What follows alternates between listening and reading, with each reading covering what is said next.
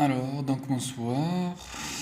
Bonsoir tout le monde. Donc aujourd'hui, on va essayer de commencer troisième œuvre intégrale, ou bien l'œuvre intitulée Le dernier jour d'un condamné à mort. Donc on va commencer par le premier chapitre, ou bien chapitre numéro un, ou bien l'incipit. Alors, donc Bicêtre, Bicêtre, ça c'est le nom d'une prison, ou bien le nom d'un lieu où les actions vont se dérouler, condamné à mort. Donc ici, le narrateur ou bien l'auteur a commencé son œuvre par une phrase exclamative. Voilà 5 semaines que j'habite avec cette pensée. Donc ici, le narrateur il habite avec une pensée. Donc ici, on peut dire que c'est une personnification. Toujours seul avec elle, toujours glacé de sa présence, toujours courbé sous son poids.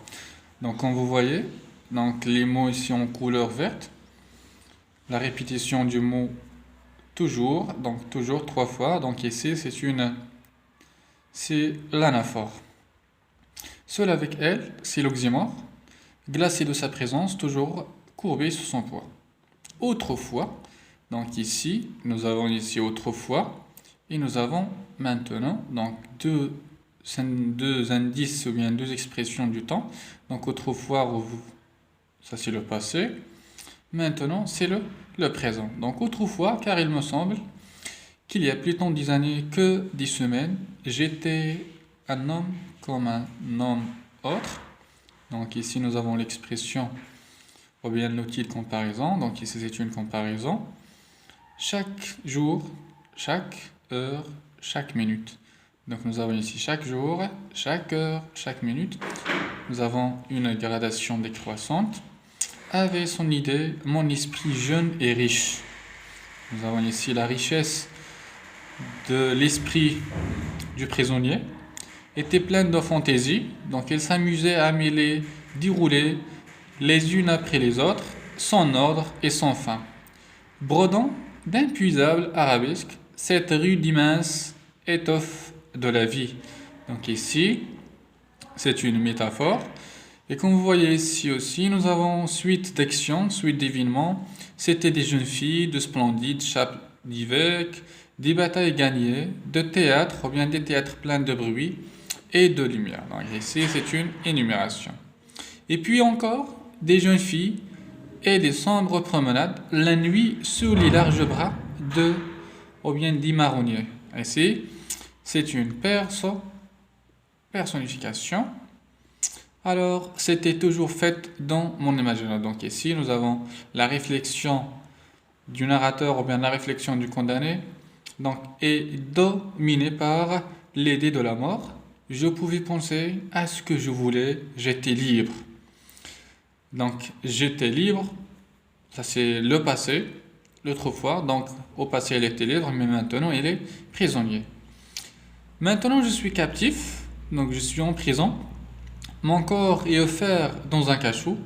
Mon esprit est en prison dans une idée. Donc ici, donc comme vous voyez, le narrateur ou bien le personnage principal, donc est prisonnier physiquement et moralement. Physiquement, il est dans un cachot.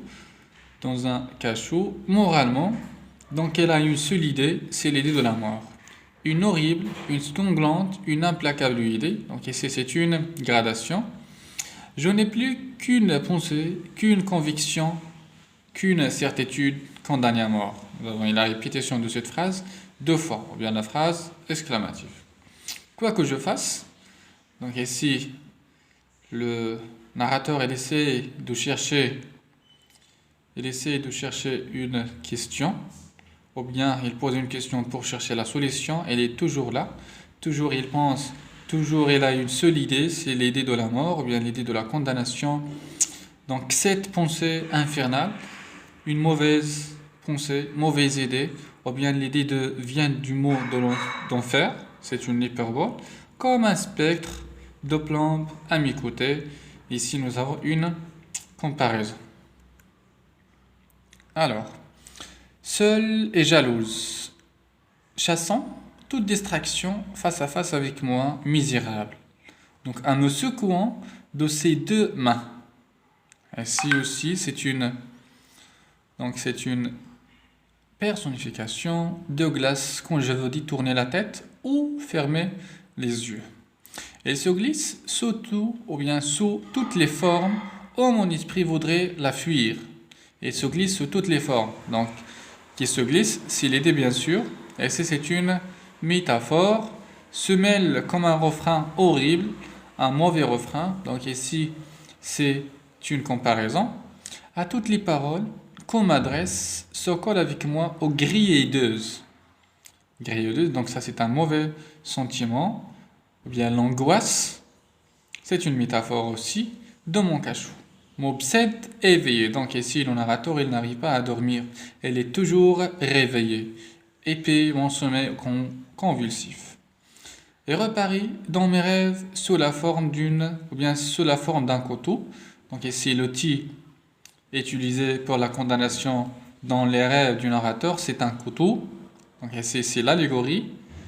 Je viens de me réveiller ou bien de m'éveiller en sursaut poursuivi par elle et me disant. Donc il parle avec le narrateur. Et bien sûr, ce n'est pas d'une personne, mais c'est l'idée de la mort. Donc ici, c'est une personnification aussi. Alors, oh, ce n'est qu'un rêve, et bien avant même que mes yeux lourds aient eu le temps de centre. Donc ouvrir assez pour voir cette fatale pensée. Une mauvaise pensée. Donc ici, c'est une hyperbole écrite dans l'horrible réalité. Une mauvaise réalité. Donc, qui m'entoure, ou bien les phrases ici en couleur jaune. Ça, c'est une énumération. Nous avons plusieurs phrases, plusieurs actions dans une phrase. Donc ici, c'est une énumération. Donc, comme vous voyez ici, la fin du chapitre par condamné à mort. Donc, ou bien le texte commence par une phrase condamnée à mort et se termine par la même phrase. Donc ici, avant de terminer, bien sûr, on va essayer d'écrire une synthèse générale de ce premier chapitre. Alors, donc synthèse du chapitre 1. Donc nous avons le cadre spatio-temporel. Nous avons 5 semaines. Nous avons présent, bicêtre, c'est le nom du présent. Je, donc le narrateur il a utilisé le pronom je. Le chapitre commence et se termine par une phrase condamnée à mort, ce qui montre que le narrateur était obsédé, envoûté ou bien envoûté par l'idée de la mort. Donc la réflexion du narrateur c'est toujours la mort. La figure de style dominante dans ce chapitre c'est la personnification, ce qui montre bien le fait qu'il est condamné à mort et incarné sous forme d'une personne qui partage sa vie en présent. Donc il essaie de partager avec le lecteur ses souffrances, ses douleurs, ses malheurs, et elle essaie de nous décrire aussi la vie en présent. Donc une cellule, un cachot, grille et deux. Le champ lexical de la présent, nous avons captif, offert, cachot, prison, soldat, de garde. Alors, donc le narrateur ici, il essaie de nous évoquer deux périodes différentes. Donc nous avons autrefois, ça veut dire le passé, donc et maintenant. Donc il essaie de faire une comparaison entre les deux parties. Autrefois j'étais libre, donc il était libre. Avant 5 semaines, il pouvait penser à tout ce qu'il veut, ça veut dire la liberté de la réflexion. Chaque minute avait son idée. Mon esprit jeune et riche. Il faisait des promenades dans la nuit avec des jeunes et belles femmes. Par contre, aujourd'hui, donc, il est captif. Le corps et l'esprit, les deux sont présents. Donc, physiquement dans une cellule et moralement dans une idée, ou bien l'idée de la condamnation. L'idée était comme une femme jalouse qui chasse toute distraction. Donc, ici, la personnification toujours.